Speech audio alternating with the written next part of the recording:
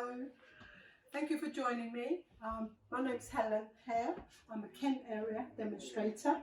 I'm going to demonstrate to you today from this structure that I've made. Well, not me personally, my husband helped me to put it together. It's made from, that's a bunch of cornus, the red cornus, dogwood cornus that I stitch up together. I had it for a few years. And then someone gave me this red perspex. So kind of the inspiration is I have this curving, sweeping, structure, which I quite like. My husband's pretty good at putting things together, so I'll just tell him, how I like it, and then we work together and create this structure together. I've already put some hosta leaves in there, just a few. The one with the white edge, I believe, is called Francie. I could be wrong, I'm not that great with pronunciation. I have some Fexia japonica. This is the spider web. Look at the wonderful marbly effect that's on the leaf. Isn't that wonderful? Absolutely gorgeous. The variegation and the marbly effect is there, and I think it's fabulous.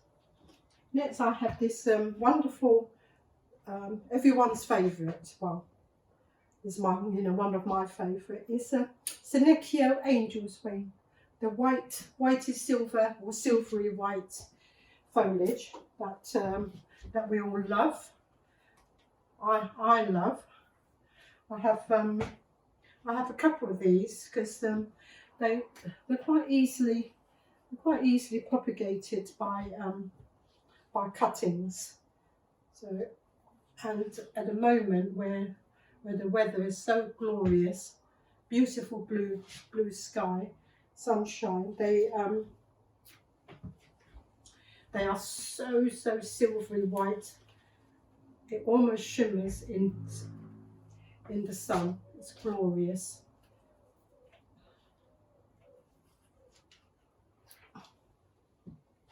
Right, just turn that around. Yes, to show you. I'll tell you a bit more how I make that structure as we go along. Next, I have I just cut a couple of eucalyptus. I don't know which variety it is, but it has this mottle, the stem. There, can you see the stem? It's kind of mottly. I think it's wonderful. It's just coming in. Just right for cutting. So I just cut you two. Actually, I've only got obviously I've only got a few, so I just cut two today for the design because it's got a lovely the margin is really almost like a deep burgundy. Next, we go with the grey thing. I'm quite. I think grey is the new black. This one is Astelia, is from New Zealand. The actual plant is again, with the silvery grey colour. I think the grey is the new black. Did I say that? Can't remember. Now here I've got two together. I've done it already. I just stapled it there and stapled it there, and I'm going to put it towards back. The good thing about being silvery is when you staple them together, you don't see the staples that well because the actual leaves are silvery grey and the staples are silvery, so it doesn't really show up. So that's one good advantage. Can you see the two? I've kind of curved it that way to to emphasize the sweeping curve, the rhythm that we have, and that hosta's coming up.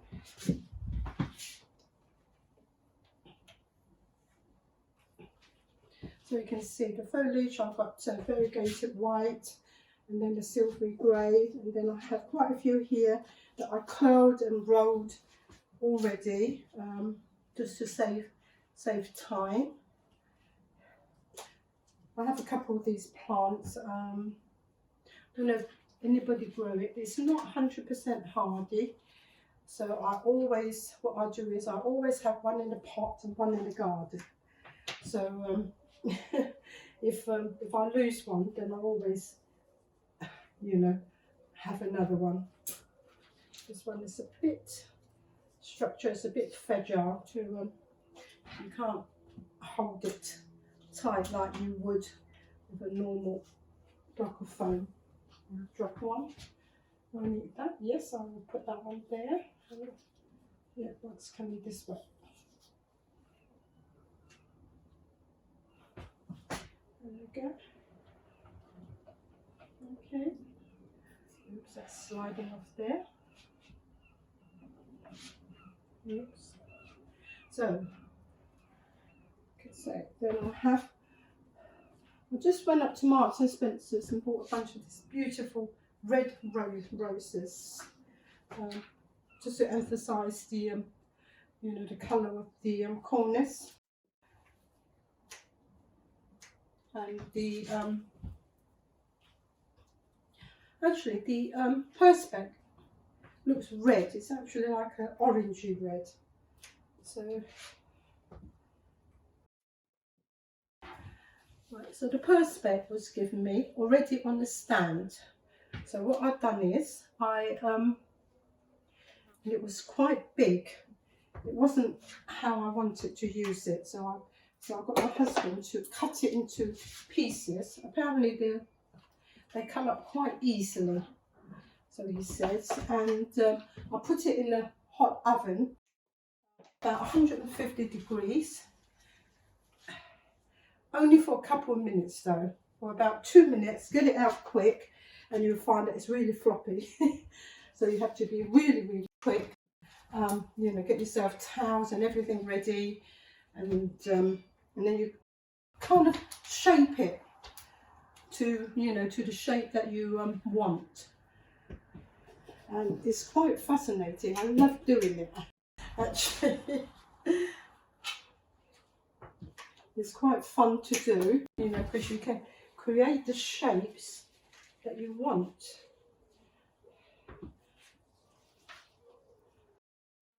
I really had to work on that piece of cornice to give it that, you know, that sweeping shape that I wanted, but it worked out quite well.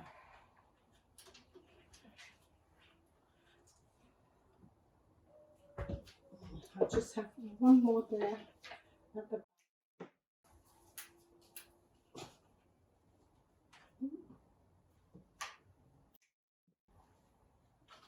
It's a very warm day today, actually, although it's quite windy. It's too windy to you know, do the design out the garden, so it is to show you with the roses in. Okay, so that's getting quite full already. The next I'm going to add, I've got 3 succulents here. I just cut it off the plant, put a I didn't do the paint, but you put a cocktail stick in. It's okay, you know, once it's finished, I take the cocktail stick back out and I can reroot it again. So I've got 3 more new plants then. I'm having to put my scissors down each time because I have to hold on to the structure as I'm putting things in. That's them in. And I have some acacia from the garden.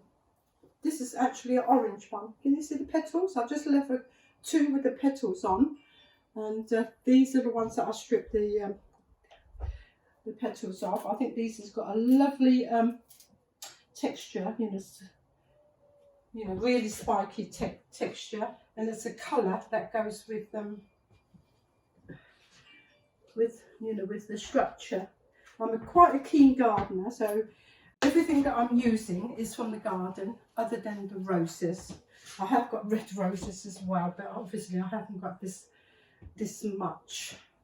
The acacia is a bright orange one. I think it's quite a new variety, so quite pleased about that. I grow a lot of things for flower arranging. As you're a flower arranger, you just plant, well, you plant things for you know, for flower arranging. I have shrubs and I have a cutting garden as well. Turn that round to show you again. Okay, put that in. While I'm there, I'm going to put another piece of hosta at the back. Mask that foam, that's better. I see a big gap at the back. Okay. Just one last thing. Alright. Just got a few of these dianthus green tricks. I absolutely love them, don't you think? These are from the garden as well, and some of them are huge. I've got some that's nearly double the size of that, which is what size of an orange, but it's a bit too big really. I'm quite lucky I can grow these because quite a few people have said to me that they can't grow them. To me, a dianthus is like a sweet William, so I take cuttings. I bought the plant about 3 years ago, and I took quite a few cuttings of it, and I now have a few plants. And it's great to add to any design because it's such a wonderful texture, and it just adds another form as well. Such a beautiful round form. Saying that, I have got lots of rounds here. Let me just put this last one in. They're quite brittle on the gnomes, that's the only thing. So when you're cutting it, you have to be quite careful, otherwise it breaks. Oops.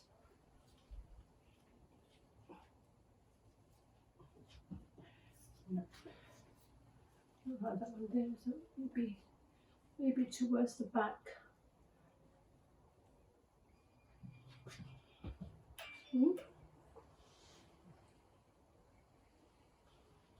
Okay, that's coming on, and then just finally I just have 2 stems of this wonderful Gloriosa from the greenhouse. I couldn't resist you know, cutting this to put it in this design, because I love Gloriosas.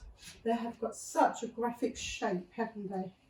Absolutely glorious Gloriosa. I've got 2 plants in the greenhouse, and they come up year after year. So thrilled with it. This year I've had so many flowers of them. So when they finish flowering, I just dry them off, and then I just store the tubers, because they're grown tubers about the size of my thumb, but a bit longer. And I dry them, and then I replant them again in April, and then they just all come up and flower beautifully for me again. So I'm very pleased. So I think that's my design. So thank you very much for joining me here in Kent to allow me to demonstrate my design for you. Thank you.